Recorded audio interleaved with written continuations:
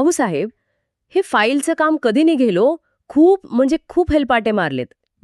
तसं बघायला गेलं तर नियमानुसार 15 दिवस तरी लागतील आणि साहेब सध्या मीटिंगमध्ये आहेत. बरं, हे बघा, आता जरा वजन ठेवले फाईलवर.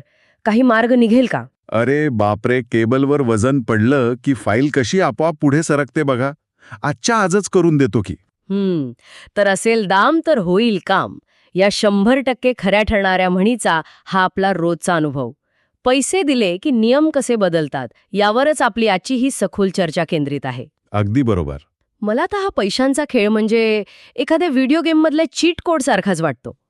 Cheat code? हो ना, म्हणजे कोड टाकला की सगळे नियम, अटी आणि ती लांबलचक प्रक्रिया अचानक गायब होते, थेट पुढच्या लेवलवर.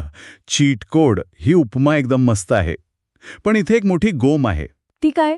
व्हिडिओ गेममध्ये जेव्हा कोणी चीट कोड वापरून पुढे जातो ना, तेव्हा तो खऱ्या अर्थाने गेमच्या मूळ कोडिंगचा भंग करत असतो. बरोबर. आणि ज्यांच्याकडे तो कोड नसतो त्यांच्यासाठी तो गेम एकदम अन्यायकारक होतो. आपल्या समाजातही अगदी हेच घडतं. ही म्हण फक्त पैशांबद्दल नाही, बरं. तर पैशामुळे निर्माण होणाऱ्या एका समांतर अर्थव्यवस्थेबद्दल आहे. समांतर अर्थव्यवस्था म्हणजे नेमकं काय?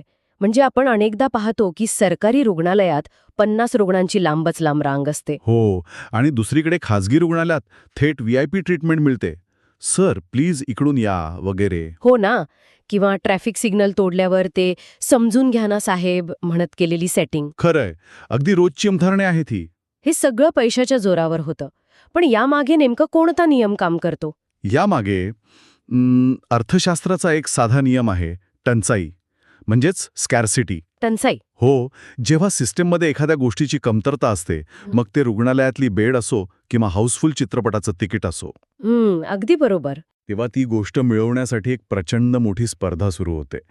आपली मूळ व्यवस्था जेव्हा सर्वांना समान वेळेत सेवा देऊ शकत नाही ना, तेव्हा तिथे एक पोकळी निर्माण होते. अच्छा, आणि हीच पोकळी भरून काढण्यासाठी पैशाचा तो चीट कोड वापरला जातो तर? अगदी अचूक ओळखलं. म्हणजे व्यवस्थेच्या अपयशामुळे किंवा कमकुवतपणामुळेच या पैशाच्या ताकदीला इतकं महत्त्व आलंय असं म्हणायचंय का? 100%.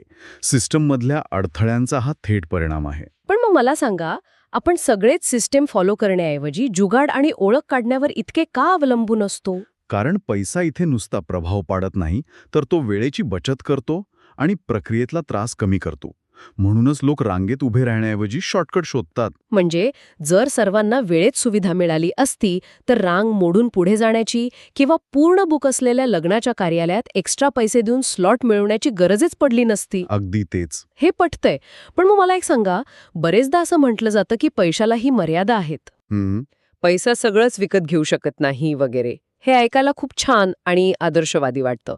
पण खरंच असं आहे का? होय, या चीट कोडलाही काही मर्यादा आहेतच. जसं की पैशाने रांगेत पुढे नक्की जाता येतं, पण उत्तम आरोग्य किंवा खरी मनःशांती, निस्सीम प्रेम कधीच विकत मिळत नाही. हे काहीसं क्लिष्ट आहे. पण इथे मला थोडं क्रॉस क्वेश्चन करावंसं वाटतं. नक्की विचारा. आपण म्हणतो पैशाने आरोग्य मिळत नाही, पण मगाशीच आपण पाहिलं की पैशाने उत्तम दर्जाची आरोग्य सेवा नक्कीच मिळते. हो, ते तर आहे. चांगल्या उपचारांमुळे माणसाला अधिक आयुष्य मिळू शकतं. मग पैशाने समाधान मिळत नाही हे वाक्य आपण फक्त स्वतःचं सांत्वन करण्यासाठी तर वापरत नाही ना. एका गरीब पण आनंदी माणसाची कल्पना करून आपण स्वतःलाच फसवतोय असं नाही वाटत? हा अत्यंत धारदार आणि महत्वाचा मुद्दा आहे. उत्तम आरोग्य सेवेने आयुष्य वाढतं हे कोणीही नाकारू शकत नाही. बरोबर.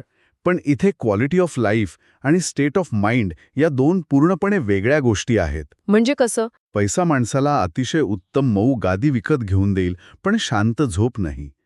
एका पॉइंटनंतर पैशाचा प्रभाव कमी होतो. ज्याला आपण अर्थशास्त्रात डिमिनिशिंग रिटर्न्स म्हणतो तेच ना? अगदी तेच.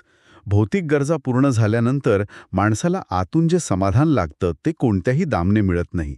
खऱ्या यशाची व्याख्या तिथेच बदलते. म्हणजे पैसा हा एक अत्यंत प्रभावी टूल नक्कीच आहे, पण तो आयुष्याचा अंतिम उद्देश असू शकत नाही. खरंय, काम पूर्ण करून घेणं आणि मन खरोखर हॅपी असणं ह्यात खूप मोठा फरक आहे. बरोबर.